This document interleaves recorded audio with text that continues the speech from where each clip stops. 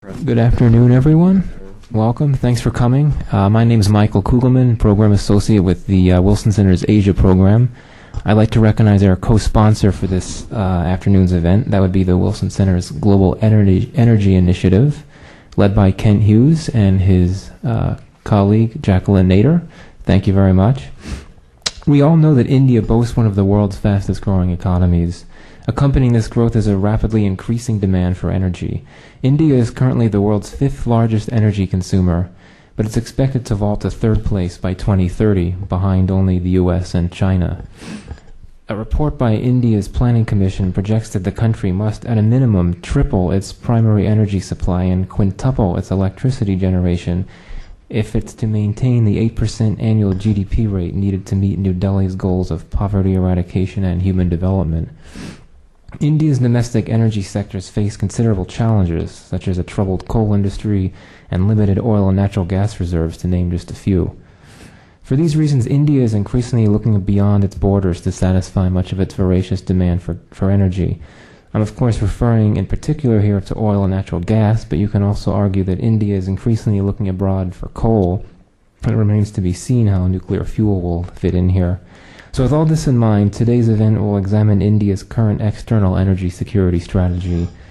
Where is India targeting its energy diplomacy? How might the strategy influence India's broader foreign policy? And what does this all mean for the US and for US-India ties? These are some of the questions that our four speakers today will address. So let's begin. Before we do so, I just remind everyone to turn off cell phones, pagers, Blackberries, and the like. Thank you for that. You should have a sheet in front of you with bios for each of the speakers, so I'll be brief as I introduce each one before his or her presentation. We're first going to hear from Tanvi Madan, who is a Donald Harrington Doctoral Fellow at the LBJ School of Public Affairs at UT Austin. She was previously a research analyst at the Brookings Institution. Her recent publications on Indian energy issues include a chapter... Well, there we go. Perfect. Thank you. Her recent publications include a chapter on India in the book Energy and the Transformation of International Relations.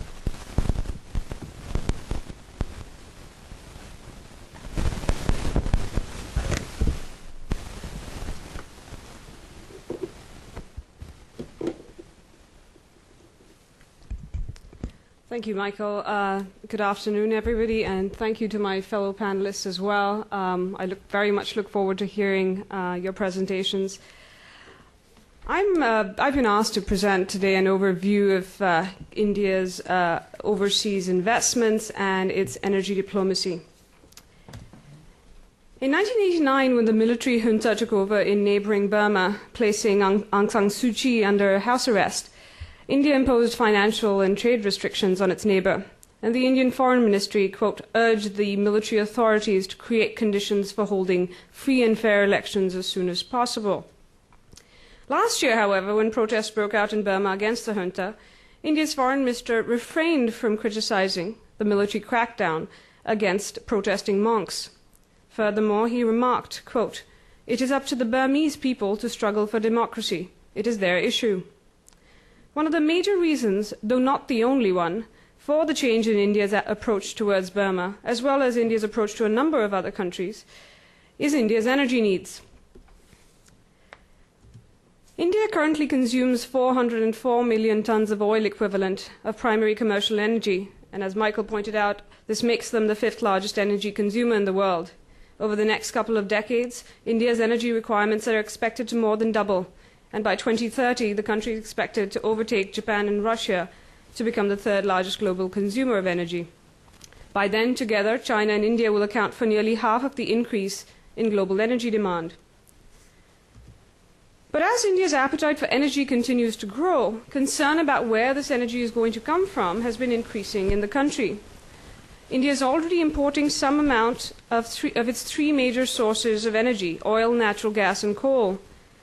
India is already importing 12% of its coal, which it has large reserves of, but is mined inefficiently. And this figure of coal imports is expected to grow to about a third of total consumption by 2030.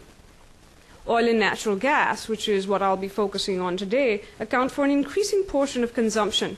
But with very limited proven oil and gas reserves, India's domestic supply is not going to be able to keep up with its demand. Currently, more than 2/3 of the oil consumed in the country is imported. This dependence on oil imports, which is greater than that of the US and China, is expected to increase even further, reaching close to 90% by 2030. By then, projections indicate that about half of the natural gas demand will also need to be met from abroad. Indian decision makers are not just concerned about how much oil and gas is coming from sources abroad, but also where they are coming from. Almost 3/4 of oil imports have been sourced from 5 countries, all located in regions that are considered fairly unstable. Continuing geopolitical uncertainty has stoked fears of natural gas and oil supply disruptions and/or price volatility. All these factors have raised concern that India will be energy insecure, and that without, in the words of the government, clean, convenient and reliable energy, India will not be able to sustain a high growth rate across all sectors of its economy. Beyond economic imperatives, the Indian leadership also expects a widening demand-supply gap to have political, socio-economic and strategic ramifications as well. The government's concern about and the magnitude of the energy challenge has resulted in an official Indian response, a strategy of diversification that mirrors former British Prime Minister Winston Churchill's preferred strategy towards oil, quote, "On no one quality, on no one process, on no one country, on no one route, and on no one field must we be dependent. Safety and certainty lie in variety and variety alone." Thus, over the last few years, India, while not necessarily in an integrated way, has been exploring multiple energy policy options, multiple fuels, and multiple suppliers. While one still hears talk of self-sufficiency from some in the political and bureaucratic sphere, overall there's a realization that the international dimension of India's energy-related plans is essential. Therefore, the country's decision makers have been pursuing an aggressive international strategy that has included encouraging Indian oil and natural gas companies to acquire upstream assets, involving the purchase of equity in oil and gas blocks and stakes in exploration and production companies abroad, exploring participation in transnational natural gas pipeline projects, including the Iran-Pakistan-India pipeline, expanding India's network of bilateral supply contracts, ending India's nuclear isolation by seeking nuclear agreements with the US and other countries that could potentially give the country access to required materials and technology, and expand the production and use of nuclear energy. The government is also aiding the development and/or access to technology that would facilitate India's domestic initiatives to enhance supply and manage demand. It is seeking foreign investment and participation in India's domestic energy sectors from abroad as well. And finally, it is actively seeking participation in international energy forums. I will be focusing on the activities of India's national oil and gas companies, as well as the country's reinvigorated energy diplomacy that is supporting these initiatives. India's national oil and gas companies have been at the forefront of its energy efforts abroad. As you can see from the map, which shows where all both India's state-owned as well as its private companies have invested. Three state-owned companies have dominated India's international efforts to acquire assets abroad. ONGC Videsh Limited, or OVL, which is a subsidiary of ONGC, India's largest natural gas and oil company. It has alone spent close to $6 billion in the last few years on over three dozen assets in 18 countries. Oil India Limited, which operates abroad in a consortium with India's largest downstream company, Indian Oil Corporation Limited, and the Gas Authority of India Limited, or GAIL, India's largest gas distributor, whose interests abroad include stakes in China Gas Holdings, in CNG retailing companies in Egypt, and blocks in Burma and Oman. The areas these companies are targeting are spread across, as you can see from the map, Africa, the Middle East, Latin America, and Central Asia. And what must be kept in mind, as well as this map makes evident, is that private sector Indian companies are also involved in such a quest for assets abroad. The national oil and gas companies' efforts have met with mixed success. They have lost a number of bids mostly to Chinese national oil companies, and this often creates quite a furore in the Indian media. The companies have also had to relinquish some blocks when they have drilled dry wells, for example, in the Ivory Coast. There's a sense that such setbacks are due to India's late start in the acquisitions game, especially compared to China, as well as its lack of ability and willingness to offer more direct and indirect incentives. To avoid such setbacks as much as possible, these companies have been making a concerted effort recently. They've been trying to make their bids more competitive. OVL, for example, has set up offices in a number of countries that it is interested in, including Cuba, Iran, Libya, the Netherlands, Qatar, Sudan, and Vietnam. These companies are also forming partnerships with each other, with Indian private sector companies like Reliance Industries and Videocon, and with other foreign companies like the Chinese national oil companies. They're also forming joint ventures with companies like Mikkal Energy. The companies are also sweetening their bids with offers to undertake a slew of projects in host countries, such as refinery upgrades and pipeline and training projects. There's some debate within India about these acquisitions abroad, as well as these companies' strategy. Some decision makers believe that acquiring upstream assets abroad will, quote, ensure cheap and reliable oil supply. Detractors and critics contend, however, that these national oil companies are exploiting the concern about energy security to build government and public support for these companies' investments, which don't really make India energy secure. They also criticize the companies for diverting their resources and attention away from their domestic operations. ONGC, for example, has a so-so performance record domestically and has been much criticized for it. The dominant government perspective about these acquisitions abroad is that while these acquisitions definitely aren't the silver bullet that will single-handedly take care of India's energy security, they are a necessary but not sufficient element of India's energy security strategy. Government officials explain that India must pursue every possible option to diversify sources of supply, but they acknowledge that all this will be of little help in a real crisis. The government, on its part, plays a key role in how these acquisitions come about. While more often than not, the companies take the lead in proposing projects abroad, the government has the final say on approving projects. This approval process is not simply a formality, and the government has annexed proposals on security or commercial grounds, including in Nigeria and Sudan. The government has been using this control over the approval process to try to get the companies to do a few things, including give them some more lead time when it goes to propose these projects and when it submits a bid, so that the government can prepare a diplomatic plan of action. At the moment, the sense is that the companies go out there and then come back after half the work is done to the government to seek their support, and very little can be done at that point. The government is also trying to make sure that their companies don't get carried away and overbid for projects or invest in unviable ones. Finally, the government is trying to ensure that their companies pursue what the government calls a holistic approach, making sure that the companies, while making profits, are also facilitating the development of the countries they are operating in. On its part, the government is also undertaking energy diplomacy, for want of a better term. This diplomacy is not just designed to aid Indian companies in their bids, but also to enhance and diversify supply, to lay the groundwork for future cooperation with both consumers and producers, and to attract investment and technology. This energy diplomacy is not new. India's relationship with countries in the Middle East, especially the Arab countries, is of long standing. And one of the reasons for this is that long ago Indian leaders realized that they would need oil from the Middle East. But there is a new sense of urgency in this energy diplomacy, which is evident from the fact that the Indian Foreign Ministry has recently created an energy security unit to, quote, support India's international engagement through appropriate and sustained diplomatic interventions. The Ministry of Petroleum and Natural Gas, on its part, has recently established an international cooperation division.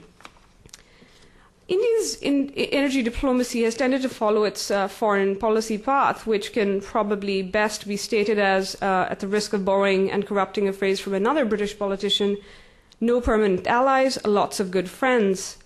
So India, in the oil and natural gas sector, has consolidated traditional relationship with countries in the Middle East, but it is also focusing on new opportunities in Africa, Central Asia, and Latin America.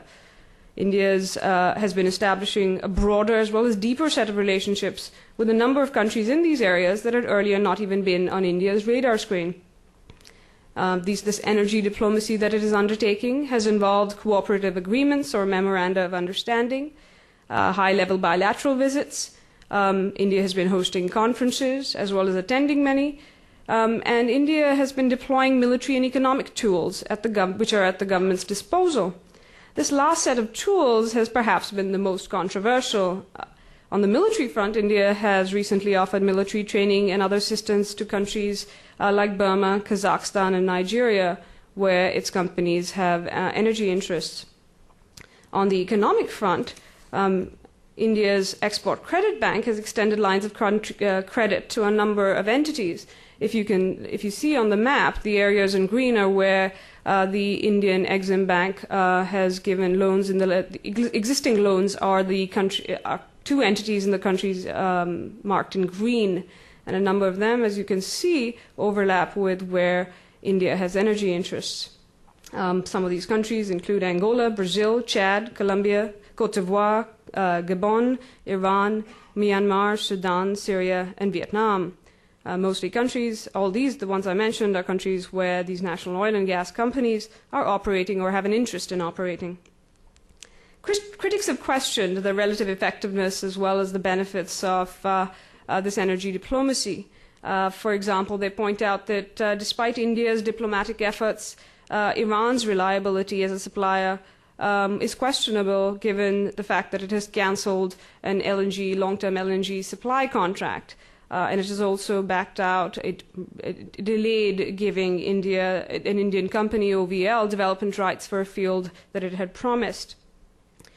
Furthermore, given the level of instability in a number of countries where these diplomatic efforts of the Indian government are being targeted, critics question whether this energy diplomacy will actually ensure security and sustainability of supplies. The government, however, seems convinced for now that the benefits of energy diplomacy outweigh the risks. And one of the reasons for this is that these diplomatic efforts are multi-purpose, directed not only towards aiding India's energy strategy, but also its broader strategic goals. The cooperation with Burma, for example, that has been the subject of much attention, is as much, if not more, about countering China's influence there as gaining access to energy. But as officials fan out in every direction, making friends with multiple countries to serve a number of different interests, including in energy security, some of these interests will likely conflict and clash. For example, these energy deals are occurring in the context of India's developing strategic relationship with the US, which has viewed some of these energy deals and relationships, including those with Iran, Myanmar, Sudan, and Venezuela, with concern. The Indian government will continue to support its national oil and gas companies. And they will do so however they can, particularly because there's a feeling that they need to play catch-up, especially with Chinese companies. When faced with accusations that such support is unfair, the retort will always be that India is merely doing what the West did in decades past. In response to criticism from the West that in its quest for energy, India is dealing with regimes that have poor human rights records, India will suggest that Western states have double standards. But despite the public justification, as India takes on a wider, more prominent role in the world, the trade-offs it will have to face and make will only increase over time. Before acting on its energy security imperatives internationally, the country will have to carefully consider its other strategic interests. While a grand strategy directing the various strands of Indian energy and foreign policy is neither likely to be feasible nor possibly desirable, better coordinating and integrating these policies would help the country's decision makers weigh better the options and trade-offs they have to make and make these crucial choices as they move forward. Thank you.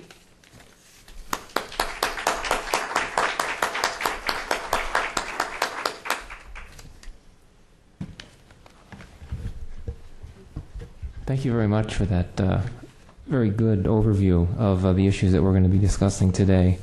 We're next going to be hearing from Juli MacDonald, who is a senior associate with Booz Allen Hamilton. She conducts research on political, economic, energy, and military trends in Eurasia, South Asia, and the Asia-Pacific region. Her recent work includes assessments of India's energy security policies and of how the country's energy strategy may shape its larger foreign policy goals.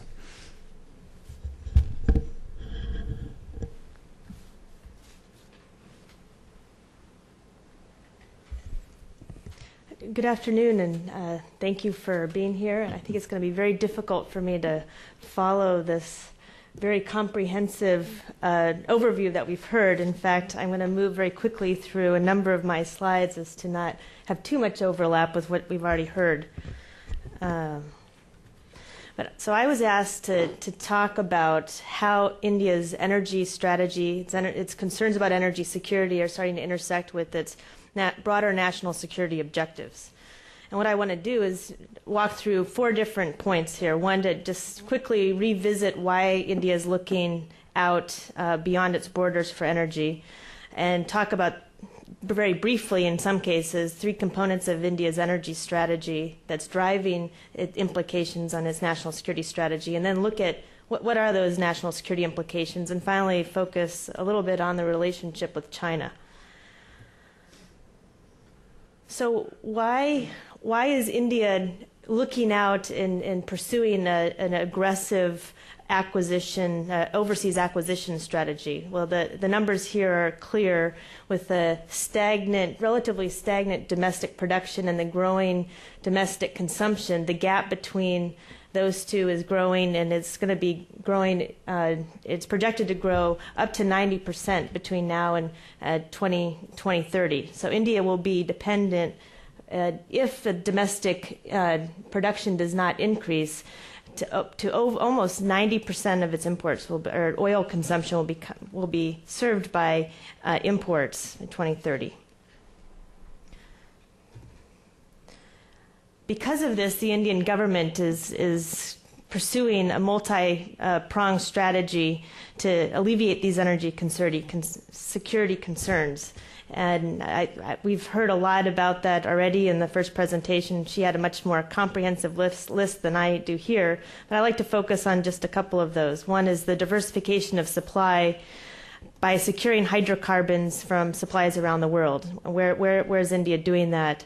The fact that they've reconfigured their state-owned companies to be international actors pursuing acquisition-based strategies, and then the promotion of oil diplomacy as part of their national security agenda. So I'll walk through those very quickly, since we've already heard so much detail on that. So, India is looking to limit its disruption to supply by reducing its dependence on any single region.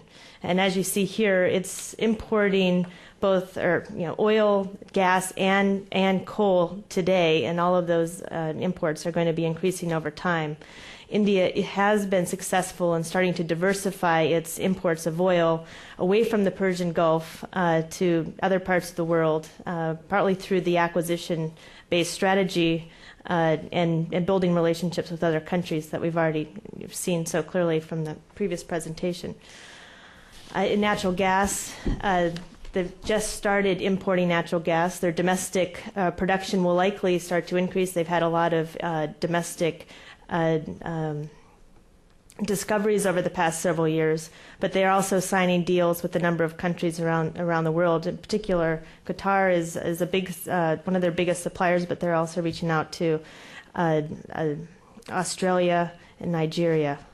And for coal, they are already importing from Australia. I'll go quickly through this, but this just gives you a sense that the Indian companies are using a range of strategies to develop their presence overseas. It's not just diplomacy, but it's also corporate strategies to work with other national companies in the supplier states, or also other national companies from consumer states. They've partnered with the Chinese companies in some cases.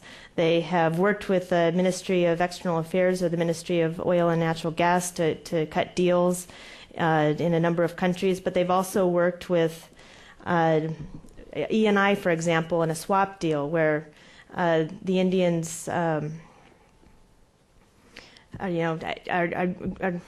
receiving an acquisition in Congo for E&I to have some activity in the Indian market. They've had failed attempts in a number of places, including Burma, where both the Ministry of External Affairs and the Indian ONGC was active in promoting a pipeline deal that actually is going to be going to the Chinese rather than the Indians. So active oil diplomacy has been a pillar of India's energy security strategy. And since 2004, when the Congress Party came to power, we've seen the Congress Party using oil diplomacy in a number of its relationships, signing the Memorandum of Understanding with a number of the key suppliers.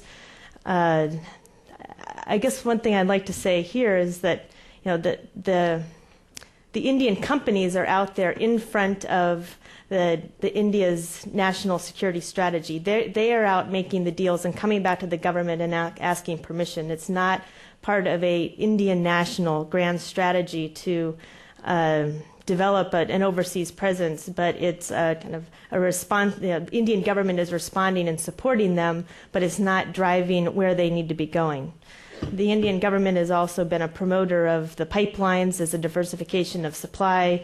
The Iran-Pakistan-India pipeline has been one that's been discussed for over a decade now, and we were just talking before the event here that the two governments, the Indian and the Iranian and the Pakistani governments, are actually coming very close to a deal on a number of the issues, on price, on the transit points and where India will pick up that supply. And it is possible that there is going to be a deal. There's been a number of naysayers, particularly in the national security community, that can never imagine that a drop of oil coming to the Indian, or gas, coming to the Indian market would cross the territory of Pakistan. But when you talk to the oil companies, or the energy companies and the Ministry of Oil and Natural Gas, they have a very different view on that. The pipeline, Turkmenistan, Afghanistan, Pakistan, India pipeline has also been discussed for many, many years. And when the Indian government decided that it would consider being a part of such a pipeline, it breathed new life into this project. Again, it's probably a medium-term opportunity for the Indian government, but these are discussions that are ongoing. And in fact, in a meeting with strategic planners from the Indian national security community, we looked at a number of different scenarios where this TAPI pipeline played in their strategic calculations. So it's not something that they are writing off, but thinking of opportunities on how to shape that environment. We've heard that the Indian government has used a number of multilateral fora to create a seat at the table for the Indian government in international energy discussions. Several years ago, they, particularly under one of the more activist Ministry of Oil and Natural Gas, Mani Shankar Iyer, was really pushing for a more coherent Asian position in the energy markets, to push for some leverage and international prices, pushing for an Asian energy or electricity grid, these kinds of issues. The Indians would like to be seen as an actor in the international energy economy in that market, and have been pushing for that. I'd also like to point out that energy has not been the primary driver of many of India's relationships, but it helps deliver other types of strategic interests, political interests. And this chart just gives you an example of some of those. In particular, I'd like to call out the U.S. as an example. And here, this is a very exciting day for us, for many of us who watch the U.S.-India relationship.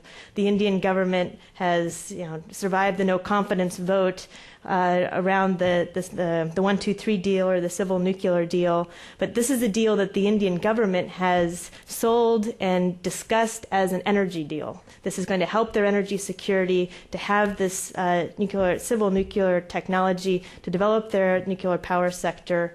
When you talk to the strategic planners in India, and you actually talk to people who understand the energy picture, nuclear power is not going to play a major role in India's energy picture over the next 20 years or even 30 years. This is a long-term thing. The deal is about building the strategic relationship with the United States, but it has the energy platform that has helped build that and help sell that to the Indian population. Let's say Iran, energy can be a contentious piece of the relationship with the U.S., but Iran is very important to India for many reasons. In particular, Iran is India's gateway to Central Asia.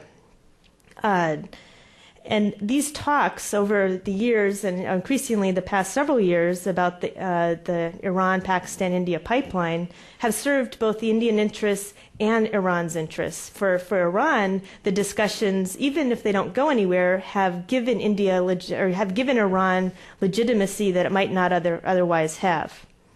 For Delhi, the government, the Congress government, has been able to use these negotiations as a way to demonstrate independence from the United States without really committing to anything.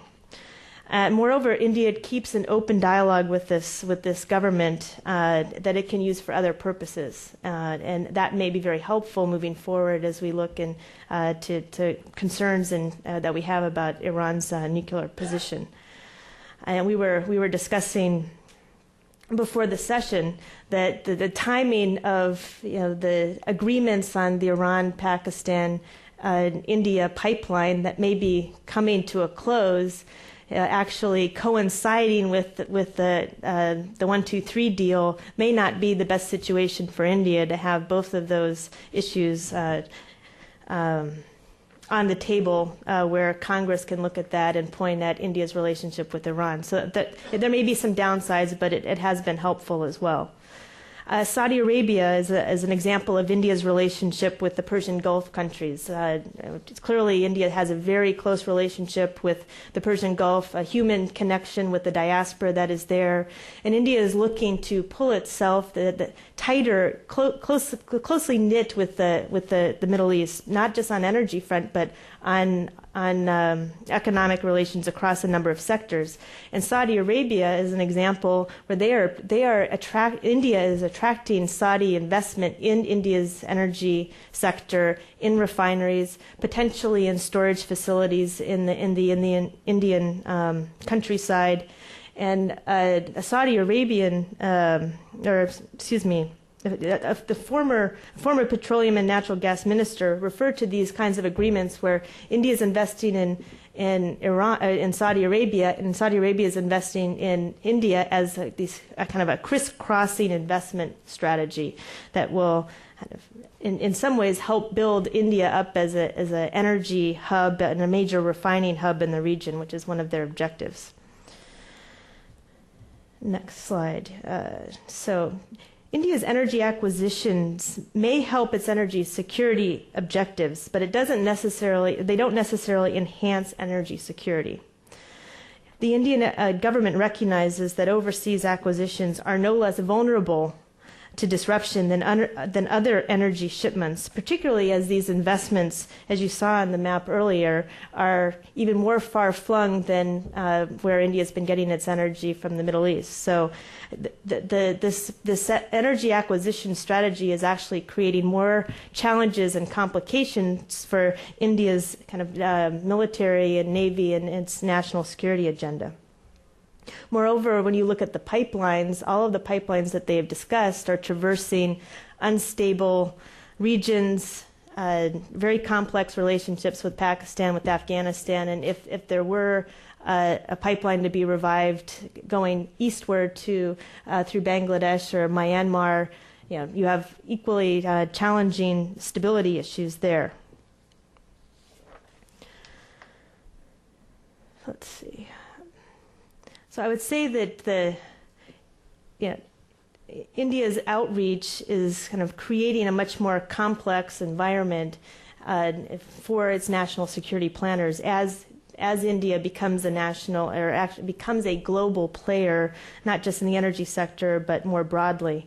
And only the Navy to date, from what I can tell talking to people in India's national security community, understand what these strategic implications are, understand that India's interests are becoming more global. And we saw that in December of 2006 when a shipment of oil arrived in India from the Sakhalin Islands. The ONGC is investing there, it's producing there, and the shipment came to India, and the chief of the Navy, the chief of naval staff, announced that India's strategic neighborhood has now expanded from Venezuela to Sakhalin, and asserted that the Indian Navy needs to have a capability-based force to protect offshore oil blocks in areas like Sakhalin, in areas like Cuba, where they have offshore activity. And I think these comments reflect that there's a growing need for India to protect these sources much beyond the Indian Ocean, their traditional area of emphasis. And it's slowly driving India to transform its navy from a brown water navy to a blue water navy. This is going to be a slow transformation, but it is happening. Indeed, India is projected to have 2 aircraft carriers, 9 destroyers and frigates, 6 submarines, and a number of other offshore patrol capabilities by 2014. So the Indian budget, the Indian naval budget is going up. I talked to a retired admiral last year, and he said he never would have imagined that the Indian Navy would be about over 11. It's about 11% of the Indian military budget now, and that never would have imagined that when he was serving in the military. We also see it in India's concerted efforts to engage its neighbors. In fact, in February, this past February, India hosted the first Indian Ocean Naval Symposium in Delhi, and this was to promote cooperation among the 26 nations surrounding the Indian Ocean region. And this was really India stepping up and taking a leadership role in this region. The United States was not invited in official capacity. I think we had an observer there, not a senior person, but many of the chiefs of naval staff were at this event. And the leitmotif of the symposium was disaster relief, humanitarian assistance, these kinds of things. But the subtext is protecting energy flows, but also protecting countering the growing influence of China in the Indian Ocean region.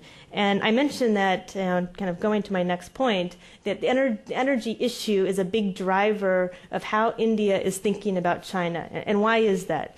Because energy and concern about the sea lanes is bringing China into India's backyard. And India is very concerned about what the Chinese are doing in the Indian Ocean. And as many of you, I'm sure, know, we talk about it a lot, but with the Chinese building ports in Pakistan, in Burma, increasingly in Bangladesh, building relationships with many of the island states in the Indian Ocean. Why are the Chinese doing this? One, because they're concerned about the vulnerability of the sea lanes themselves, but they're also looking for other land routes that they can use to short circuit or bypass the Straits of Malacca. So the Indians are very concerned about this, and I think that's a driving force in how they think about the relationship with the United States and how our military can cooperate with the Indian Navy in the Indian Ocean. But China, more broadly, is thinking about, or more specifically, rather, thinking about India's energy outreach, underscores both compatible and conflicting interests. Both countries are pursuing a greater share of the global market. And there's in the community, you hear very different views about how to think about China. For some Indians, particularly when you're talking to people in the private sector and industry, they see China as a potential partner, a country that can help with mutual objectives and help with pushing down prices when you're negotiating with suppliers, producer states, the national oil companies and producer states. They can also provide political cover for the Indian companies investing in controversial countries such as Syria, Myanmar, Burma, Venezuela. And they also provide opportunities to develop technical expertise. So for all those reasons, there's opportunities to collaborate, and we see that in both Colombia and Syria, for example. On the other hand, the strategic community cannot envisage a future where energy is going to be a viable area of cooperation. And in fact, the two economies, as they continue to grow, and as the prices increase, and as the opportunities for investment are fewer, we're going to see potentially more competition between these two countries. And in some ways, India does see this as a zero-sum environment for both investment and strategic decisions. And there's a sense that India's, in the strategic community, they see what the Indian energy companies are doing. They don't understand necessarily the benefit of it, and they see the Indians just following China's aggressive investment strategy. And again, the strategic community sees it's going to just complicate their lives and how they need to think about India's interests abroad.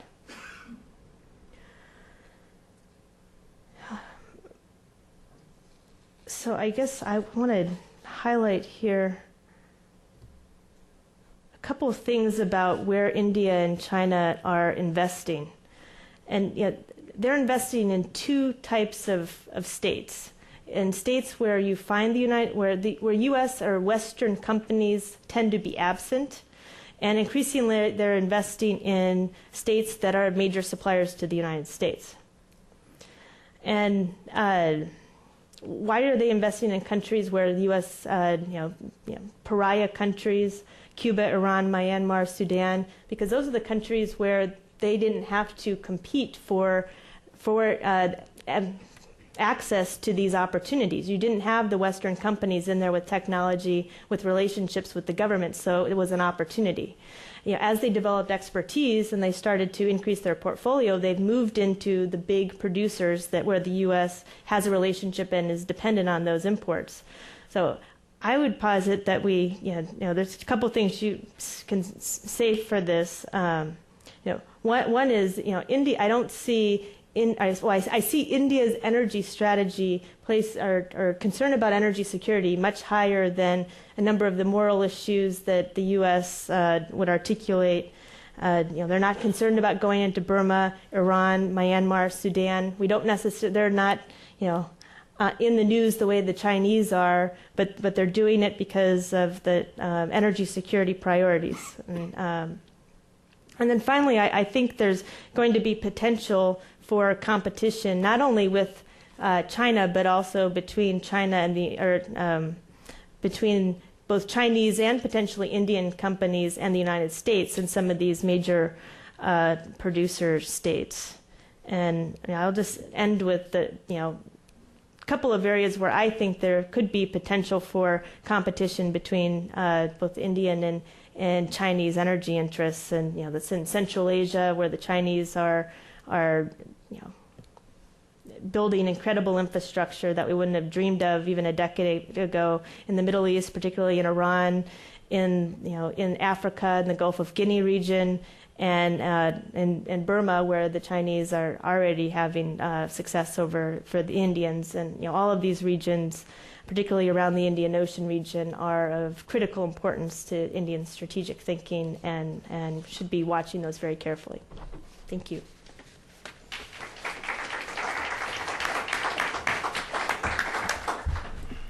Thank you very much, Julie. I'm going to move on now to Mikkal Herberg, who wears quite a few hats at the moment. He's research director of the Asian Energy Security Program at the National Bureau of Asian Research.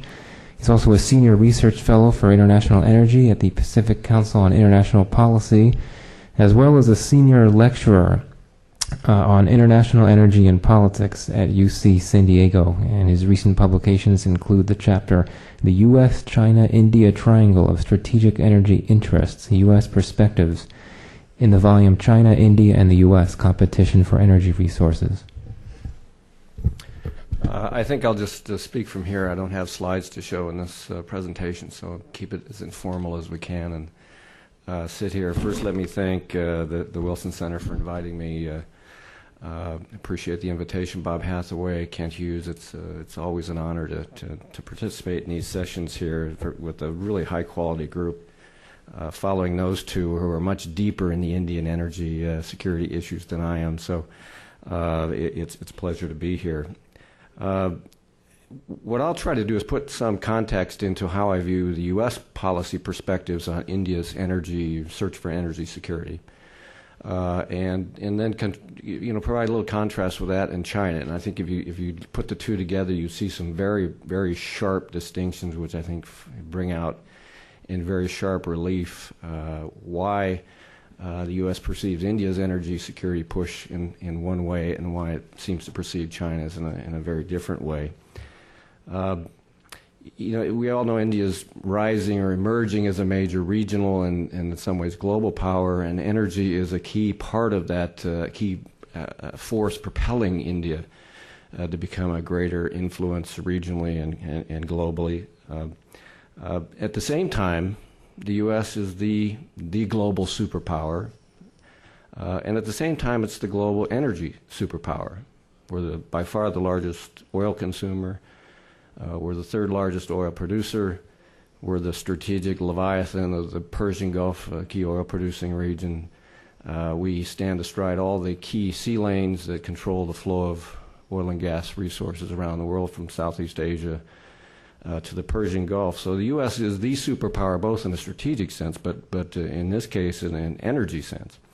So the rise of India as an emerging energy force and power and its energy diplomacy is bound to have significant implications for the U.S. and its role, influence, and its ability to influence events in key energy exporting regions.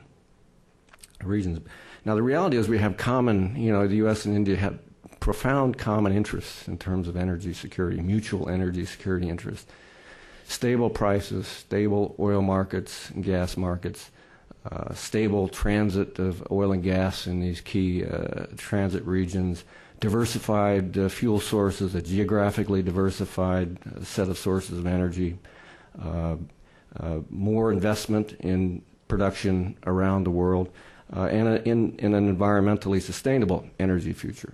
All those things we have in common. So the differences are relatively trivial compared to the common interests that we have. But I think if you look at some of the things that were mentioned a little bit earlier, through a narrow energy security diplomacy prism, even with all those common interests, India's push abroad for energy resources, the capture energy resources, is creating some new tensions with the U.S., and I'll talk a little bit about those. But at the same time, through a broader prism, if you look through a broader strategic prism, this energy competitive atmosphere is also set in a context of improving U.S.-India strategic relations.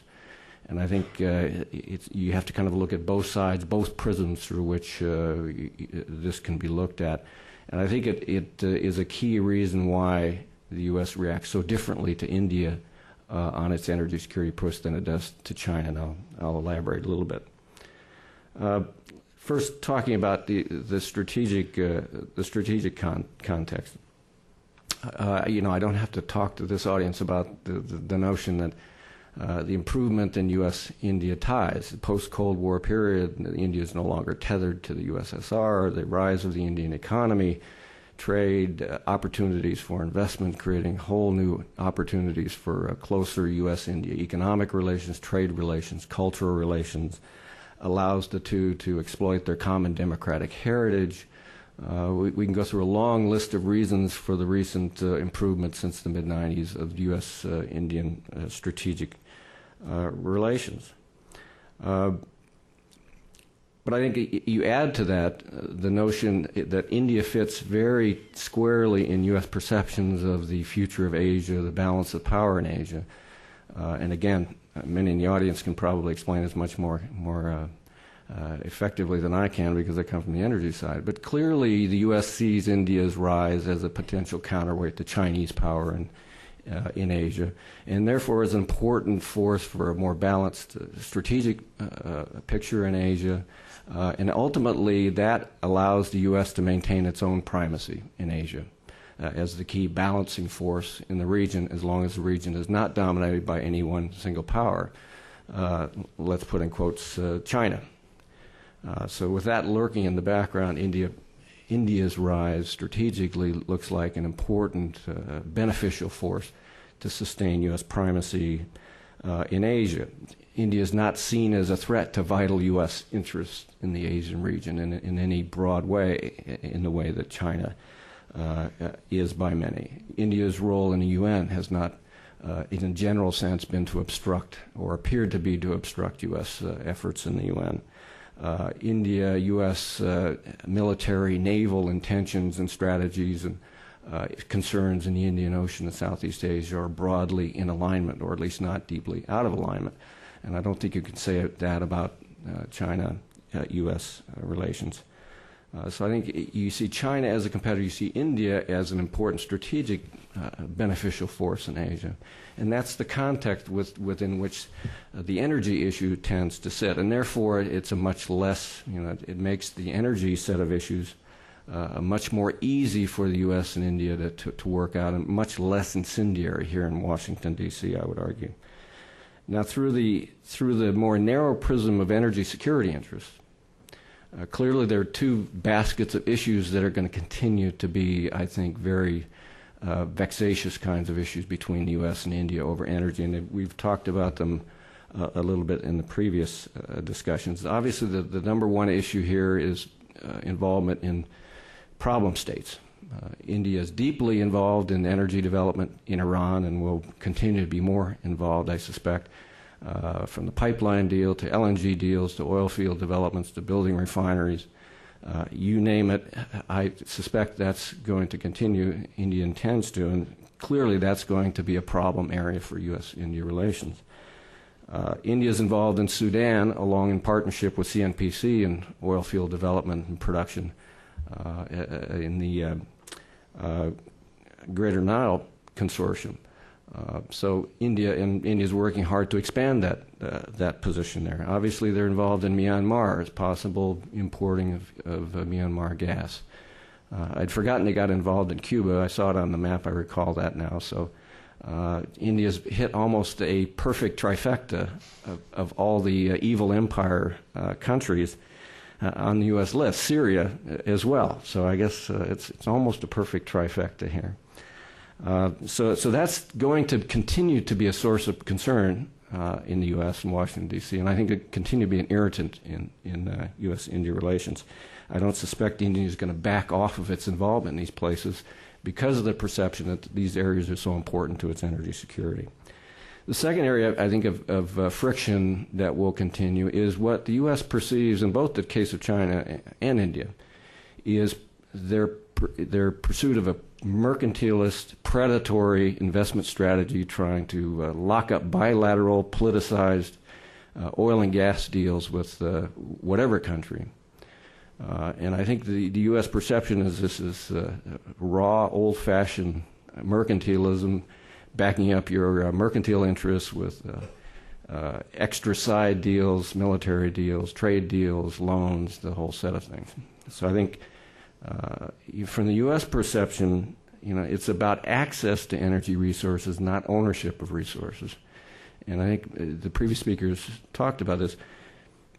Obliquely, ownership of oil resources simply do not provide you any more energy security than access to resources through long-term contracts. That's an illusion that it does, but it's a very powerful illusion in places like China and India that motivates some very powerful activity. But it's access, not ownership. It's about markets, not kind of mercantile state bilateral deals. But it's clear India is going to continue to pursue those kinds of bilateral deals, sees those as valuable. Whether or not that's an illusion, that's beside the point. So I think that's going to continue to be an area of friction between the two here. But I think if you step back, the striking thing is how India's involvement in the same kind of things that China's been doing don't get the level of criticism, pressure, friction that we see in the U.S.-China energy relationship. And I think, there's four reasons for that. One, as I said, the strategic context is entirely different. Very positive for U.S.-Indian relations. I would argue, problematic for U.S.-China relations, depending on how you want to characterize the future of U.S.-China relations. China's energy rise, China's energy activities are caught up in that China rising debate. What does it mean for U.S. interest? Is China a revisionist power? Will it seek to change the rules of the game as its power increases? Energy, you can substitute energy in that phrase, and it's simply the same set of issues tend to come up. So it's superimposed, this fear in the U.S. about the rise of China, or concern, is superimposed on all the energy issues. So it magnifies the importance and the politicization of the energy issues in the China case. India is not suffering from that. It in fact allows India to slip under the radar when it's in many of the same places, many of the same kinds of deals. I would argue it tends to slip under the radar a little bit. India's energy activity is much more limited than China's. I mean, we could talk about how many billions of dollars. It's probably a 6-to-1 ratio of what China is spending out there compared to India, the number of countries, the scale of the deals. So in a lot of ways, China's push is much larger, much more sensational, and India, in a sense, doesn't get noticed because of that. And I think in the Indian case, the level of government support, this kind of integrated, coordinated state company activity is much less integrated, much less coordinated, more market-oriented, a lot more constraints there, less hand-in-glove kind of a process. And I think that's another reason why U.S. policymakers tend to see India as less of a concern in these areas. So not nearly as collaborative as the Chinese process. Although there's lots of illusions about what the Chinese process is as well. It's much less organized than many people think. Two examples of this positive, in the case of China, energy's a source of tension in the overall relationship. I would argue in the case of India, the U.S. wants to use energy as a way to cement better ties with India, better strategic ties. I mean, the best example, obviously, is the U.S.-India nuclear deal, which largely was justified not because it was helping solve Indian energy dilemmas, but that it was helping cement a strategic relationship with an important power in Asia that would be a counterweight to India. That was very explicit throughout the process. Another case is the inauguration of a bilateral energy dialogue between India and the U.S. That was announced by the State Department when Secretary Rice was in India, and what I was told is that the Energy Department didn't even know about it when it was announced. I heard there was lots of consternation over at DOE when they heard the news that they were going to have a bilateral energy dialogue with India. I mean, it again shows you the political motivations of this, the broader foreign policy motivations of this were probably a lot more important than creating a viable energy dialogue. As important as having a bilateral dialogue on energy is. So I'll end with that. I think the key to the puzzle is the strategic context of U.S.-India relations is making these energy issues less problematic, making the U.S. willing to work hard to use energy, in fact, as a way to support better U.S.-India relations for broader strategic purposes. So very different picture than you see in China, which is almost China-U.S. energy, almost the reverse of that. So with that, I'll finish.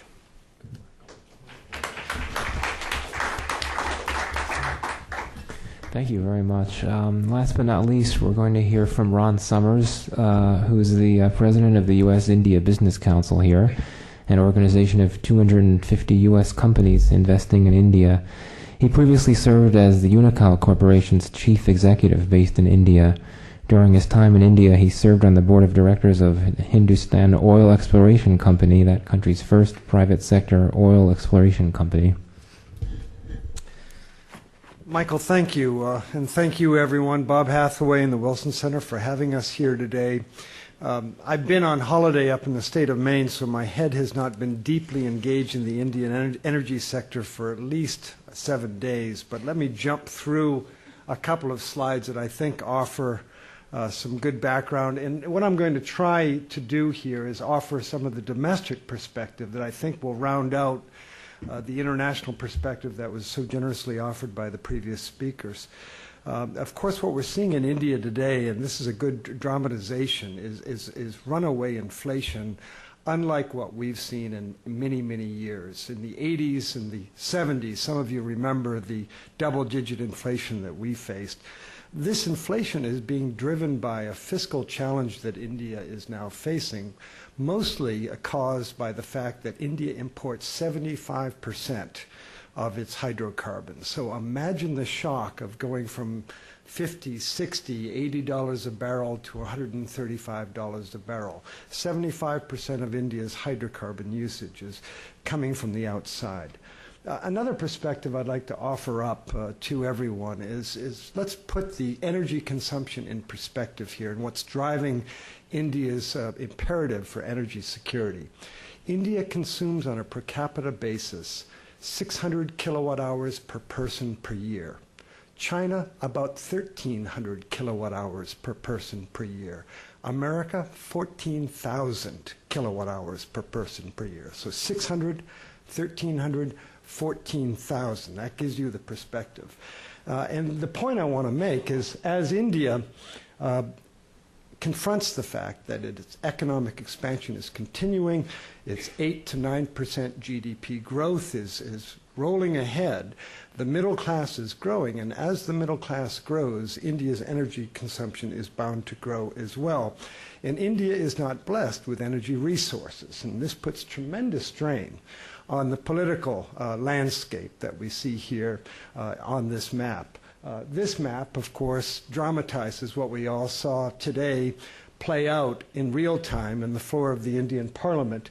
For the Prime Minister to survive in a parliamentary system, you must have 271 members of Parliament, and you can see that the Congress Party, the leading party in the UPA coalition, only has itself 219 seats. That's through 16 different constituent members of the coalition.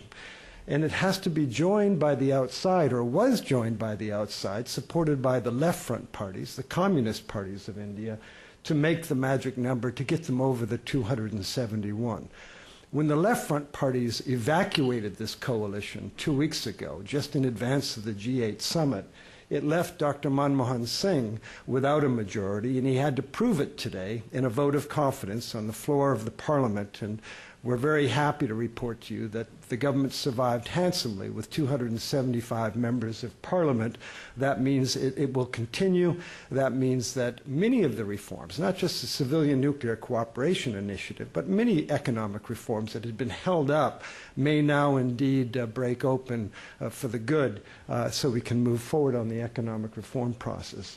The opposition party, the National Democratic Alliance, led by the BJP, noted there in the orange, is also not having the needed 271 members of Parliament. It led for 4 years in India, just 4 years ago, and it was depending on regional parties, the Telugu Desam Party being the #1 supporter from the inside as a partner. But again, coalition governments are here to stay in India. And so the government of India is operating within a coalition government system where it literally needs to take the permission of regional parties to move forward on a number of different issues, including energy security issues and economic reform issues. We've seen some major changes, but the biggest change today is that the government survived its trust vote. That bodes well for a few more economic reforms to unveil before this government achieves its conclusion, which in any case was scheduled for May of 2009. So another year to go. Let's hope for some major economic reforms. One of those, of course, will be, hopefully, the successful conclusion of the Civilian Nuclear Initiative. We have, of course, the left bashing the United States of America. They do this for electoral purposes. That will play into a discussion I want to have in a moment about some transnational pipelines. The left, I think, really was the loser today, in the sense that they made the most noise, and in the end, it was Mayawati up in Uttar Pradesh who was the person that was conducting most of the discussion in terms of who got the number of votes necessary to be allotted today. BJP, of course, sitting in opposition, worried about price rise, taxation without representation. They fell short today, 252 members of parliament versus the 275. So interesting victory today for the Prime Minister of India. And again, it bodes well for more economic reforms to be unveiled. Here's what I came to talk about. This is the energy map of India, and I spent a dozen years living in India pursuing energy development, a 1,000-megawatt power project, $1 billion, and then a 1,000-mile transnational pipeline for Unocal Corporation. If you're developing your energy portfolio, first thing you're going to do is tap into your own resources, and in India's case, that would be running water or melting snow, as in the case of the Himalayas. And so you would tap into major hydroelectric development. India has done that throughout the south. That's the monsoon rain catchment areas. And then, of course, they've attempted to do what they can in the Himalayas. That's more problematic. The bottom line is that India, being a free market democracy, is prone to major public interest litigation on large dam projects. Think of the population of India, 1.2 billion people. Think of the size of this country. This country is 1/3 the size of the continental United States. It can be fit east of the Mississippi River, literally within the boundaries of the state of Alaska. That's the country of India in terms of land mass, and yet 4 times the population of the United States. And so obviously all the people of India live within the riparian zones of the waterways, and therefore to develop water power you have to move those people, and that results in vibrant public interest litigation. In the case of the Narmada Dam project, that resulted in 17 years of court cases still underway today. That project's still not even finished after 17 full years.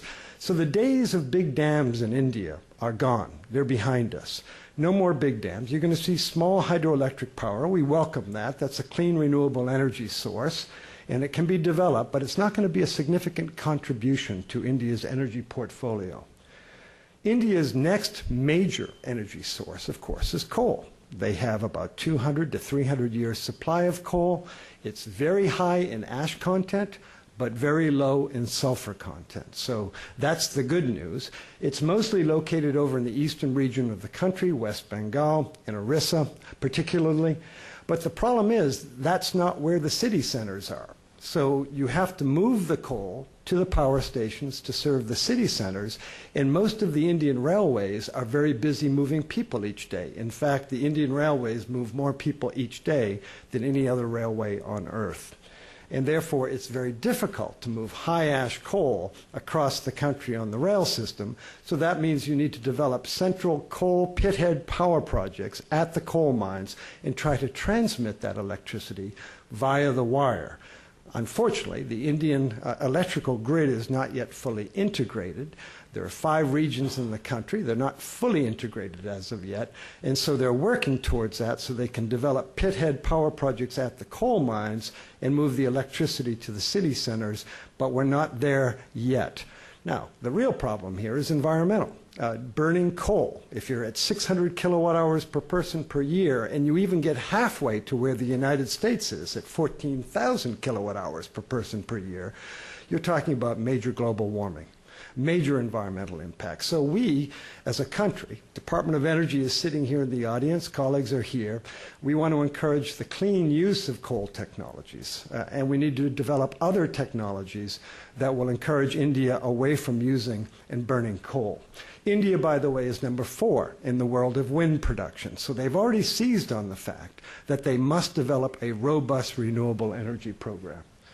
Here's the earth-changing event that took place in 2003. This is the Reliance, the largest private sector company in India, Reliance Corporation's discovery of its natural gas in the Bay of Bengal. And Mani Shankar Iyer, who was referred to by our previous speakers, the previous oil minister, would describe this as the next North Sea. This is a massive, massive discovery. This is at least 30 trillion cubic feet of natural gas, 90 miles offshore from the coast of Andhra Pradesh. And this August, next month, it will begin production. It will land at the city of Kakinada. It will travel by 48-inch pipeline to Rajahmundry, onwards to Vijayawada, to Hyderabad, over towards Goa, just north of Goa, and up the west coast of India to Navi Mumbai, and onwards to Jamnagar in Gujarat, where Reliance also owns the largest refinery, oil refinery in the world. This pipeline, private sector owned, is going to change the economic destiny of every one of the states that it crosses, and I would argue the entire economy of the country. It's a massive, massive discovery. This is half the reserves in Iran, just discovered by Reliance Corporation, a private sector company alone.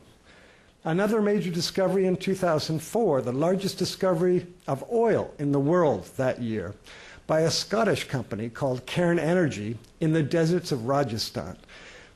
I was working earlier for the Unocal Corporation. We were shocked to believe that you could discover oil up in the deserts of Rajasthan. It was a major discovery. It's heavy in paraffin. It's not perfect oil, but it bodes well for future discoveries. And what this all leads me to believe is that when you open up a sector, when you allow the private sector to truly invest unfettered, guess what? Wonderful discoveries take place and occur, as it has here in the oil and gas industry in India.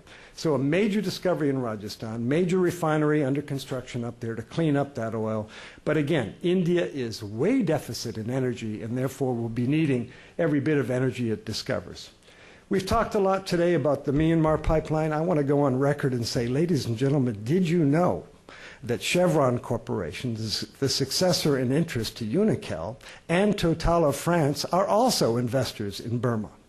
They are operating the Yandana pipeline that pumps gas out of the shores of Myanmar, across Myanmar into Bangkok.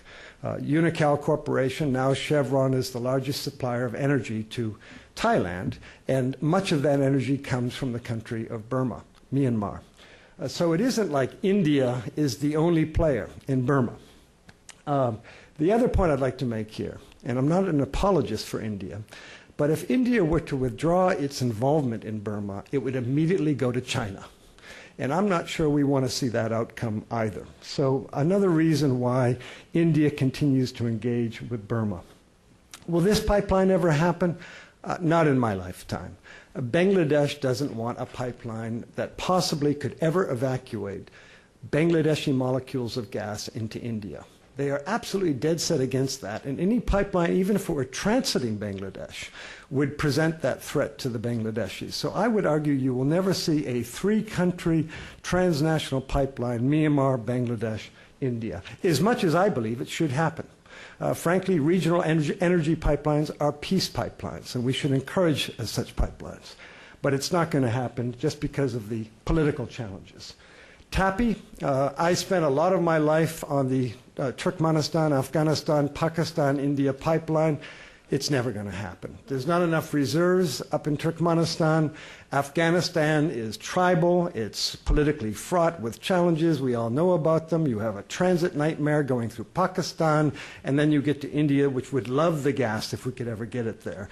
So I don't think we need to worry about seeing that pipeline materialize overnight either. It's too complicated. A two-country transnational pipeline is tough to do. A four-country, not in our lifetimes. And that brings me to the Iran, Pakistan, India pipeline. You know, in a way, it's important to have this dialogue ongoing because someday there will be a regime change in Iran. And Iran is the second largest reserve of natural gas in the world, and it's very close by in neighborhood to India, and therefore India needs to keep this dialogue going. After all, India has been talking to Iran for the last 5,000 years. So another regime change or two, goodness knows, maybe there'll be a chance to get some of that Iranian gas into India. But again, the challenge, a transnational pipeline requires international financing. It requires political guarantees, political insurance. You have transit fees going through Pakistan. I can't imagine a scenario where the people of India would want to give $500 million a year in transit fees to the people of Pakistan, not assured that that money will be going to the correct uses. And therefore, I'm not very confident that we will ever see the light of day of that pipeline either. And that leads you to the obvious conclusion where India needs to go. They've already developed their wind. They're developing their wind, fourth largest wind producer in the world. They're developing hydro. They have 60,000 megawatts of hydroelectric power. They have a total installed capacity of 135,000 megawatts, but as I've told you, that's deficit given that they're consuming only 600 kilowatt hours per person versus the 14,000 that we're consuming. That leaves them with the option of developing nuclear power. And they already have nuclear power. They have 3,500 megawatts of existing generation now underway. The first developer with India was General Electric back in 1960 at the Tarapur facility. Very proud to say that it's operating at 98% efficiency today. That's an advertisement for General Electric. They're one of our members. But bottom line is India needs fuel. And for India to continue to develop safe technologies, they also need technology. And for the world to be developing technologies, imagine how much more safely it can be done in nuclear power if all of our companies, all of them, global companies, are working together to make certain that if there's a crack in one reactor over in Turkmenistan, there could be a crack in 3 Mile Island, et cetera, et cetera, et cetera, and we all know to shut down and do an inspection. I heard from the previous chairman of the National Regulatory Commission, Mr. Diaz, that today the world has 400 nuclear reactors. America has 104 of those. India has 22. But for us to bridge the next technology by the mid-century, possibly hydrogen technology, to where we need to get to, there's a need for 2,500 nuclear reactors. So 400 today, needing 2,500. How are we going to do that unless we do that in cooperation and in partnership with countries like India? And so this is the objective of the Civilian Nuclear Initiative. Not just India's energy security, or the United States' energy security, but global energy security to produce non-carbon emitting energy that is not going to be causing global warming. That's the imperative, given that this billion-person economy has so much energy that it needs to be generating. Why are we teaming up closely with India? Well, the answers to me are so obvious, but let me just remind ourselves why. It's a democracy. It's a pluralist democracy. The leader of the largest political party in India, the Congress Party, Sonia Gandhi, is a Catholic. Her 2 children are Hindu. The previous president of India was a Muslim, Abdul Kalam. I mean, this is the best example of a vibrant, pluralist, secular democracy that I know of. So that's why we team up with India. It's 1/5 the world's population. It's 1.2 billion people. In 5 years' time, it will surpass China in population. This is a population that must be reckoned with. It's number 1 in the world in milk production. It's number 1 in the world in mango production. It's number 2 in the world in fruit and vegetable production. And it's the 2nd largest military in uniform in the world. Why are we teaming up with India whenever we can? Because you know what? We share the same values. We're fighting terrorism. I was very saddened to learn about the death of a dear friend of ours, Mr. Venkat, who passed away up in Afghanistan, attacked by terrorists, the same terrorists that would blow up American targets in the same country. It just goes to show you that India's involvement in helping build that democracy is alive and well.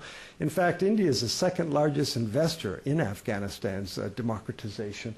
So we're fighting terrorism together. We're fighting human trafficking from Nepal, from Bangladesh, from countries that are less fortunate than our 2 countries. And we've been fighting, the Department of, the DEA has been fighting drug smuggling with India for the last 3 decades, up in Afghanistan and from Burma. We share ideological and geopolitical values. We've just worked together to restore democracy in Nepal. We've been working to end the civil strife in Sri Lanka. We want to engage Bangladesh and China in ensuring that we bring them into the fold of free market democracy. Same with Pakistan. So we're working arm in arm with India and have been for quite some time on these objectives. We were both colonialized by the British, and therefore we both inherited the English common law legal system. That means that our contracts look like their contracts.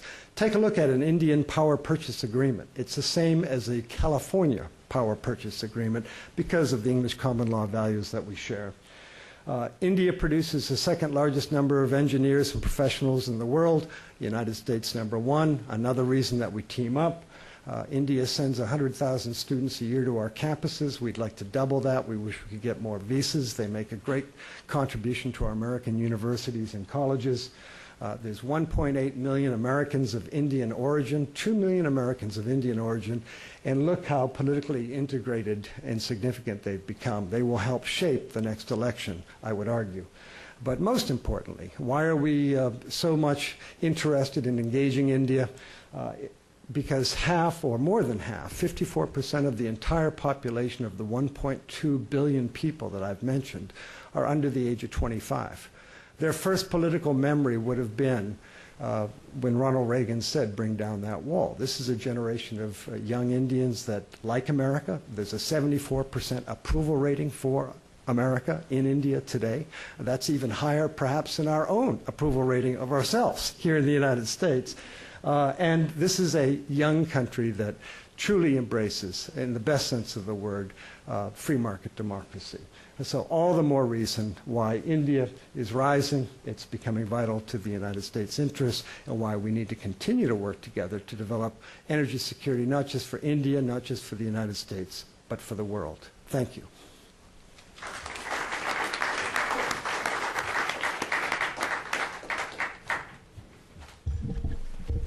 Thank you, Ron. I think that provided a nice bookend for the entire panel. Well, we can now take some questions. And just remind you all to raise your hand, and when you're recognized, please identify yourself, your name, and your affiliation. So let's start on this side of the room in the back. Woman all the way in the back. Thanks. Hi, my name is Lisa Friedman. I'm with Climate Wire here in D.C., part of E&E News. The Indian government released earlier this month its National Action Plan on Climate Change, 8 missions calling for, among other things, a heavy investment in solar and other renewable energy. Ron, you touched on the growth of renewables, and if I understood you right, it seemed to say that even with a growth in renewables, it wouldn't be enough for what India needs in its energy production. I'm hoping others can chime in on that. I'd like to get your sense of how committed the government is to a strong increase in renewables, how far you see it growing, and what that will mean for energy security in India. Thanks. Michael, can I jump in on that one just briefly? Again, renewables are a challenge in every country. India, number one, has a tremendous power purchase agreement for renewable energy. They're offering, very much like what California offered in the 1980s, a standard offer for contract. Some of us here in the audience may remember what that was, but it's a fixed price contract for renewable energy purchases for a period of time that makes it very easy, therefore, to obtain financing. So a fixed price contract for renewable energy at a very robust rate. India is number 4 in the world in wind production. They're pursuing bagasse cogeneration, bagasse being the waste product of sugarcane. They have been very aggressively working with Brazil on sugarcane ethanol. And they are, I think, one of the largest cultivators of jatropha right now in the world. So they are taking renewable energy extremely seriously, so seriously that they have had, so long as I've been associated with India, a separate ministry dedicated to non-renewable, to renewable energies. So it is the Ministry of Non-Conventional Energy Resources, as I recall. New and Renewable Energy, Ministry of New and Renewable Energy. So that's how seriously they take renewable energy. We don't even have such a department. Just jumping in on the point of the ministry, it's interesting. The ministry exists, and I think it brings up a point that there's certain things that the government can do at a central level, but there's also a lot of things going on at the state level, but also just from below, where there are projects being run by the World Bank in conjunction with the Indian government, but also with private companies in India for solar power usage. And 2/3 of Indian households still don't use commercial sources. And so they're going to transition over, and that is seen as somewhere that non-conventional or renewable sources are seen as playing a bigger role in providing that energy. Having said that, it is true that even government figures don't project that that will form a much larger or a large part of the Indian energy mix. The ministry doesn't have anywhere near the status that the petroleum and natural gas ministry has, so just a little bit of perspective. Some of the states are moving ahead, and they've actually got, they require their state electricity boards to buy a certain amount of electricity generated from renewables. So I think, it's something that needs to be looked beyond the central government level, but it's also, it needs to be kept in perspective in terms of it'll go that far. It'll go further, but, it won't go further than a certain point. If you could look at the pie slice on that, India has 135,000 megawatts installed. 50,000 megawatts is hydroelectric. The rest is thermal, which is coal. And then 4,000 megawatts of wind, 3,500 megawatts of nuclear. So you're really looking at very small slices of the pie at the renewable end. We need to all encourage, in fact, I would argue that that's a tremendous growth area between our two countries. Can I just add one point there? I suspect 135 gigawatts of installed power, and that reflects kind of suppressed number because the actual demand would be higher if there were generation capacity to meet it. So demand for electricity would be growing at, what, 7% a year at least? At least, yeah. So maybe higher. Because you got a 9% GDP. Yeah. So electricity demand is probably growing close to 9% a year. I don't have the figures in front of me, which would be 11 gigawatts, 12 gigawatts a year minimum. And that reflects very suppressed demand. So I think it's important to push on the wind and the renewables, but as Ron says, you're starting from a very small base, and you simply can't build it that fast. You can't build nuclear in the short term in any way that fast. So I think it's important to keep in mind that the real issue is the high growth in electricity consumption, electricity pricing. The fallback fuel is coal because all these other sources simply cannot make a dent in that demand curve. So I think it's important that we keep our eye on the ball of how do we deal with that juggernaut electricity and coal connection. The gentleman in the back row, yes.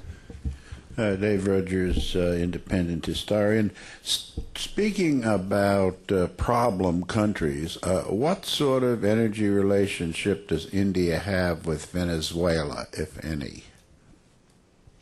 It would like to buy Citgo, but buy it outright. Who wouldn't want to buy Citgo? India has, Hugo Chavez was in India in the last couple of years. The petroleum minister visited Venezuela, I think last year.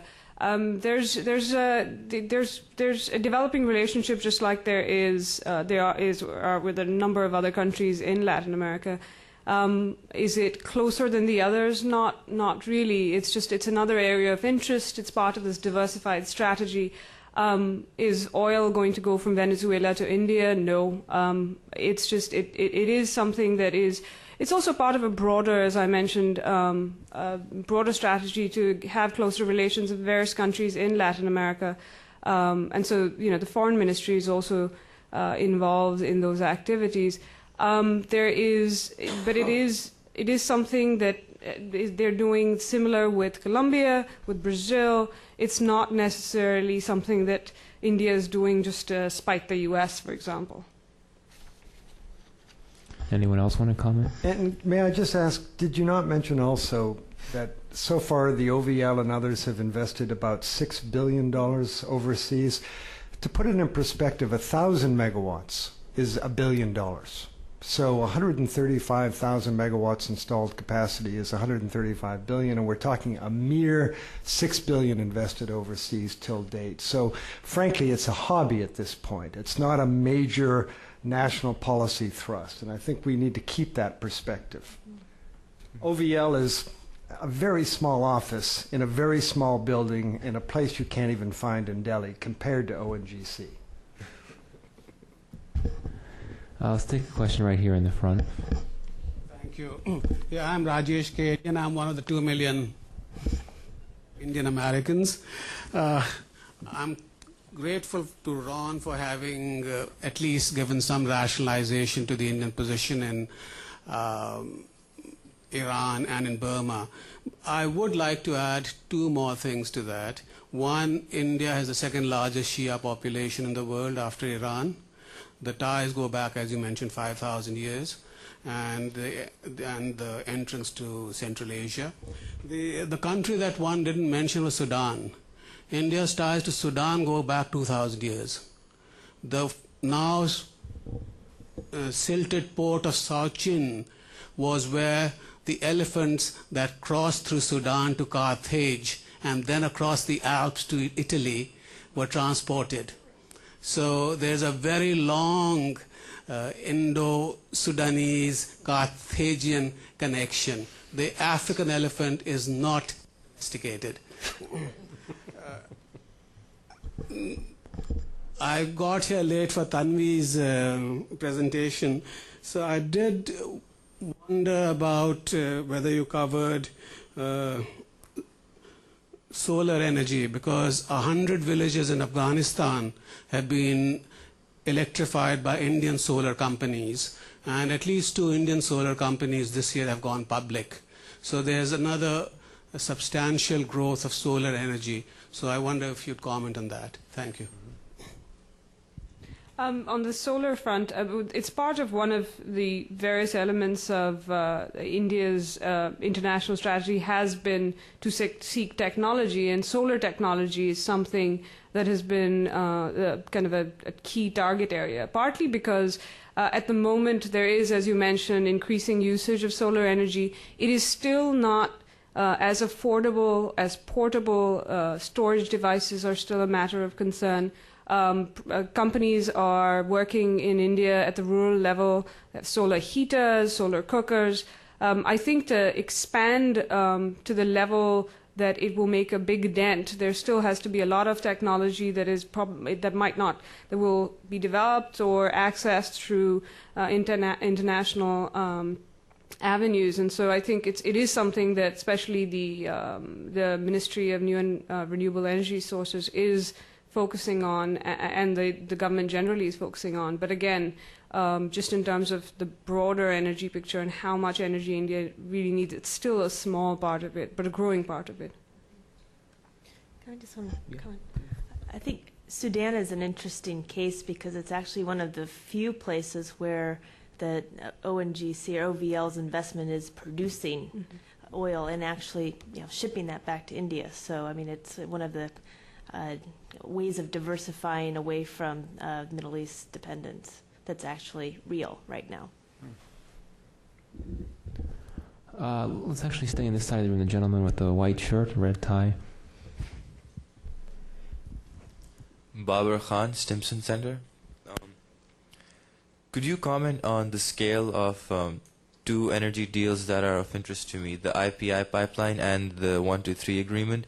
And I'm trying to get a sense of the substitutability of the 2 agreements. Could you please comment on that? Who wants to take that one? Well, I mean, in the end, the price of gas that Reliance is selling to NTPC in Gujarat at Gandhar and Kawas, which are NTPC existing facilities, is on the order of $4.23 a BTU. The price of gas that's being proposed by the Iran-Pakistan-India pipeline is somewhere in the order of $8 a BTU. So double the price. Again, I think that sends off alarm bells in terms of countries wanting to move forward. One country would want to move forward, and that's Pakistan, because it would enjoy a transit fee. In terms of the exchange concept that you're talking about, one for the other, In the end, I think this gentleman, our friend from the Indian American community, hit the button on the head, the whole Shia connection. I would argue that it was it's politically necessary to continue that discussion on Iran pipeline. In the end, you need to continue to have this discussion, and people need to believe that they're not kowtowing to external foreign policy desires. India has a desire for its own, it has an imperative for its own Indian energy security, and Iran gas has to be that. But it's got to be affordable, after all. India's nuclear program, India has 1/3 the world's thorium power. It has thorium. That's its great gift. We don't have that much. India has 1/3 of the world's thorium, but yet that technology, the fast breeder technology reactor, is not yet proven. It's not yet commercialized, but it can be. Feasibly, it's possible. But it needs uranium to make the conversion, to do the first stage, the second stage. India doesn't have any uranium to speak of. They need uranium from the 45-nation nuclear suppliers group. So if you're going to lean in one direction, if you're India, you got to do it both. You got to pursue natural gas, as they have through the reliance of the international exploration activities, and you got to do it through nuclear power indigenous development, which is what they're pursuing. Pricing wise, indigenous hydrocarbon, hydroelectric power, wind power is your cheapest resource, but you've already tapped that. Well, another thing to just keep in mind about substitutability is what is done with the gas and what's going to happen. Nuclear energy will produce power, electricity. Gas can also be used for transport, and transport needs, energy needs, are going to be a larger and larger part of the gas coming into the country. And fertilizer as well. And fertilizer as well. And so there are different things that the gas and the nuclear energy is needed for. And so it's not necessary that one can substitute the other. It doesn't. There is no one-to-one correlation. You need it all. Actually, one official told me that we need to let 1,000 flowers bloom, essentially, is their strategy. Sounds familiar. In the back, Bob. Bob Hathaway here at the Wilson Center. It's been my good privilege to sit through probably close to 500 of these events over the last 10 years, and I really want to commend our four speakers because I think collectively this has been as good and as informed a panel as any I've sat through. So thanks for joining us. I also have to point out the remarkable foresight and timing exhibited by Michael Kugelman. Apparently he, alone, throughout the world, understood that momentous events would be happening earlier today in New Delhi and had the good sense to plan this program on that very afternoon. It's pretty impressive, Michael. We'll remember that during your next review.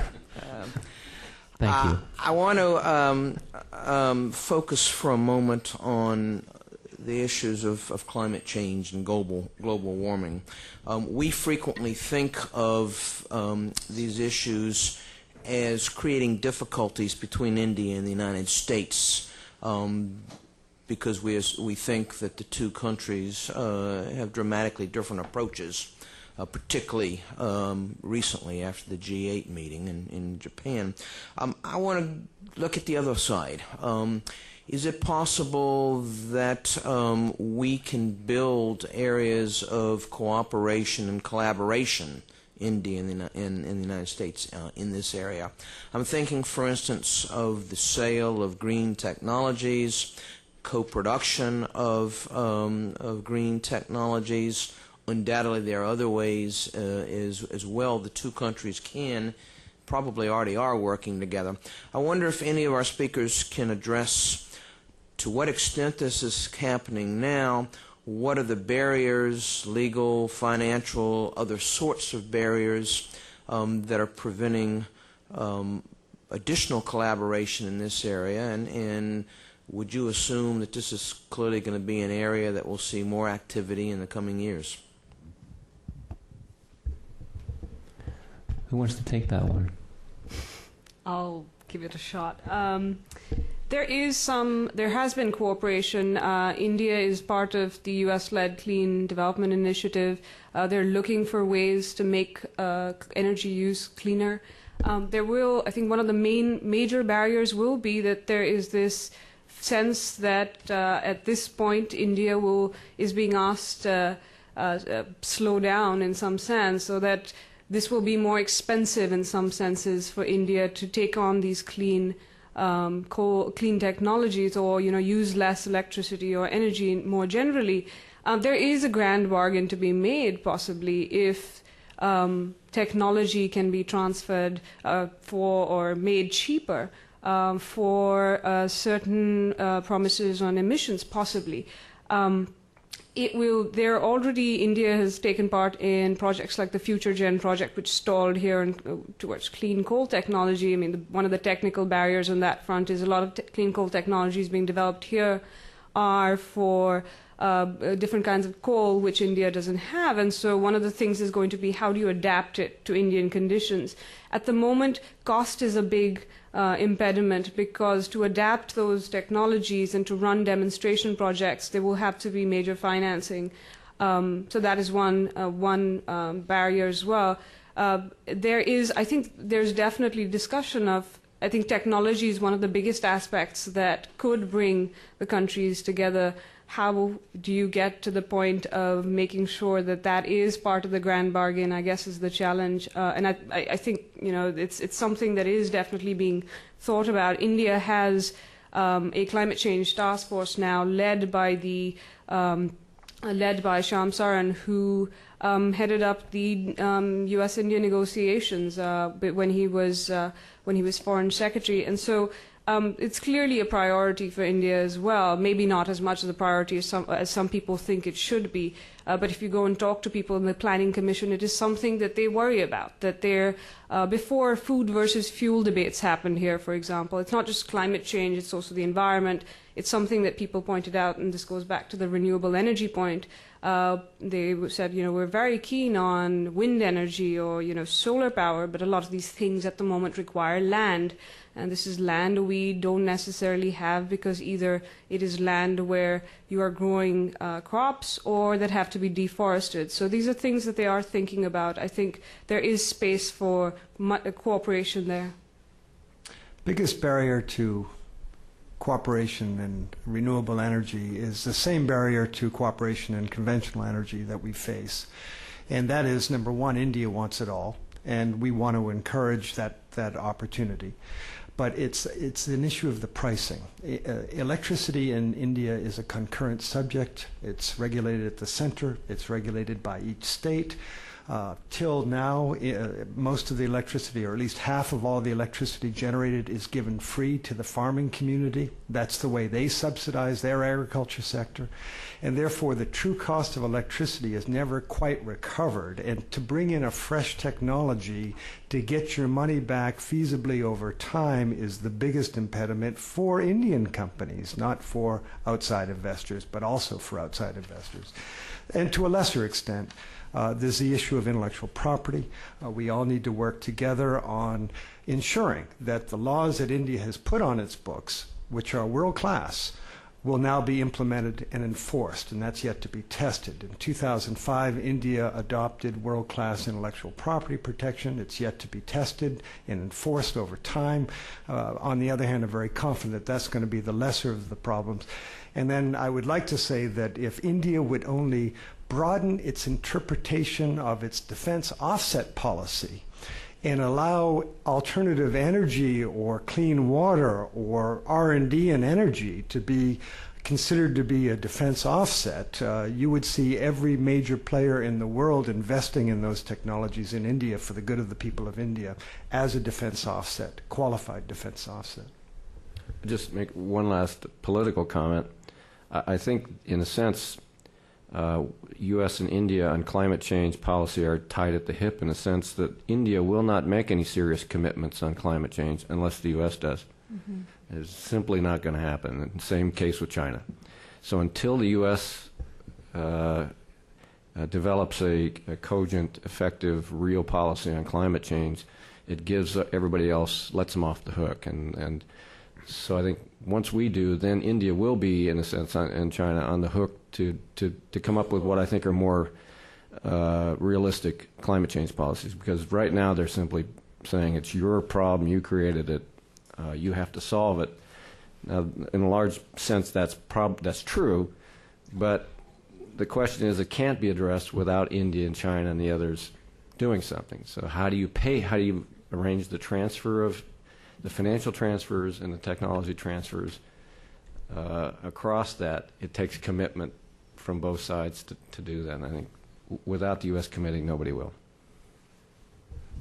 Good. Let me just say for the record, this event date was set not in June, not in May, but in April. So I do appreciate the compliment. I do take credit for my foresight. Okay, let's go back to the questions. Let's return to this side of the room. The woman in the front here, the pink. Thank you.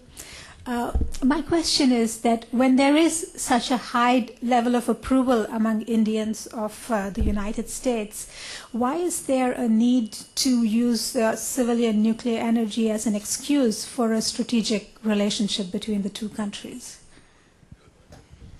Allow me to try a different approach on the wording. Really, the whole issue of our view of India's development of its nuclear program has been the cinder in the eye of the relationship for 3.5 decades. The whole architecture that's been evolved from the Nuclear Non-Proliferation Treaty, the formation of the Nuclear Suppliers Group, was all in reaction to India's first test in 1974. And so getting this issue behind us, where we can recognize India as being responsible with its program, that it's never proliferated beyond its own border. In other words, it has been extremely responsible with its own nuclear energy program, and to begin to embrace India and make an exception to the Nuclear Non-Proliferation Treaty and cooperate with India, even though they're not a signatory to the Nuclear Non-Proliferation Treaty, finally removes the cinder from the eye that has been the problem for the last 3.5 decades. So now we've created a whole new atmosphere and environment based on trust and mutual respect. And it's from that platform of trust and mutual respect where cooperation, not just in energy, but in every sector, can now blossom unfettered. So this is not an excuse or a rationale. India really needs energy, and they really need nuclear energy as well as every other energy form. And we need to cooperate with India in developing not just their energy and our energy, but global energy. So it's not the excuse, but it was the impediment that kept us from full, true-scale trust and respect in terms of our cooperative relationship. And that's now come together, and will come together as soon as we do our share and ratify the 123 agreement in this 110th Congress. We're not out of the woods yet today. The trust vote was great, happy that it happened, but now the ball goes to the NSG, it goes back to the United States Congress. We've got a lot of heavy lifting to do before this true U.S.-India civilian nuclear cooperation.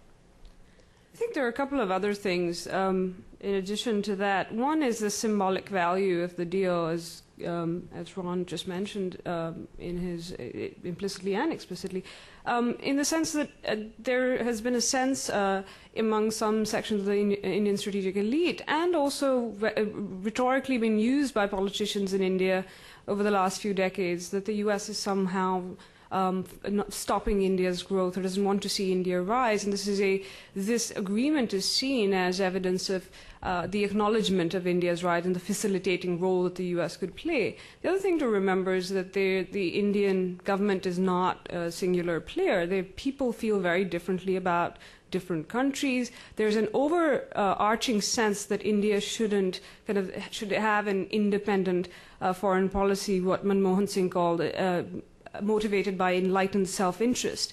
Having said that, there are various factions who want to lean one way or the other, which we've seen in the debate, in the domestic debate that's played out on the nuclear deal. The deal strengthens the hand, if it goes through, would strengthen the hands of those who are supporters of the U.S., who feel that India should India won't ally with anybody, but India should partner more with the U.S. And so I think it's broader than just either the energy front or kind of more on the popular front. It kind of overarches on all those fronts. I agree with both those sets of comments. I would also suggest, from looking at the U.S.-Indian military relationship and how it's been evolving over the past 7, 8 years, one of the things that I heard talking to a number of the Indians about this relationship was, the U.S. needs to show that it's going to trust us as a partner. And what the big litmus test is, are we going to give India access to technology that it needs, across a range of things on the military side. And this deal is an umbrella that we are offering technology in a critical area that plays across, with the energy sector, addressing the energy needs, dealing with this challenge in the relationship. But it also creates an umbrella where a lot of other technologies are going to be able to be transferred under it once this deal is in place. So it's going to facilitate the U.S.-India military relationship and the defense sales and the defense relationship that will kind of grow underneath that. Okay, there's a question right in the front row. Just wait for the mic.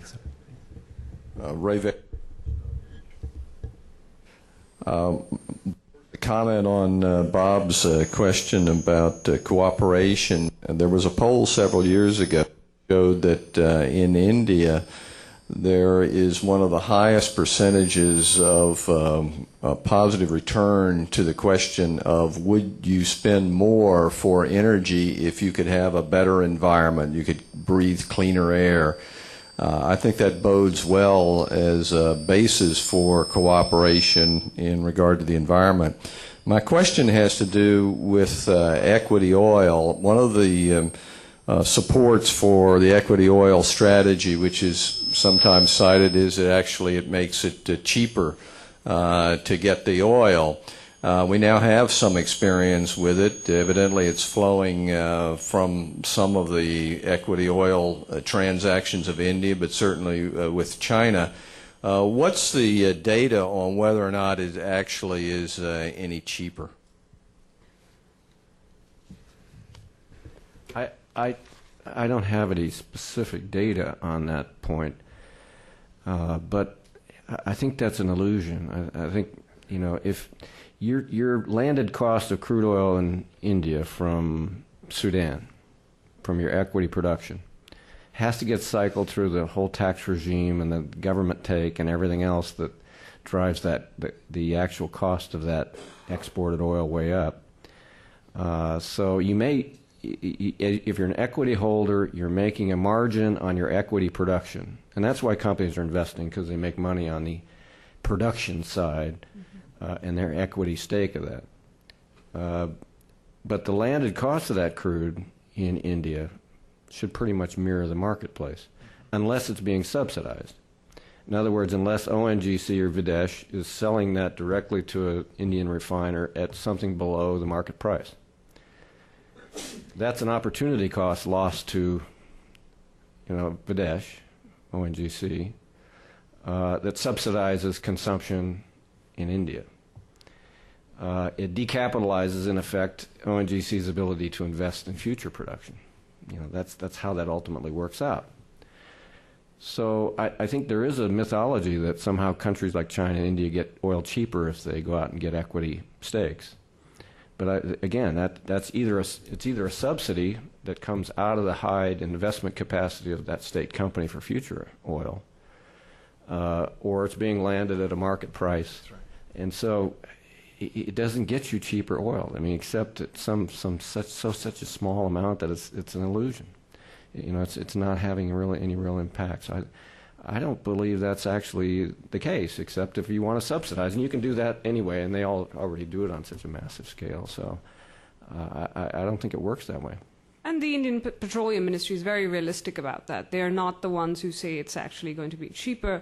A lot of that was put out partly in the media by the companies who wanted their deals approved. And not so much in the last year or so, but in 2004 through 2006, there used to be this kind of game played out in the media where the Indian companies would use the media to complain about the government not approving deals. So one of the ways they did it is to say that this will be cheaper.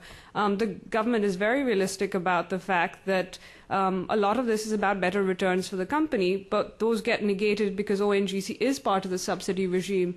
They, along with the other companies, share about a third of the subsidy burden, and it cuts into their profits, which you can see on their balance sheet every year.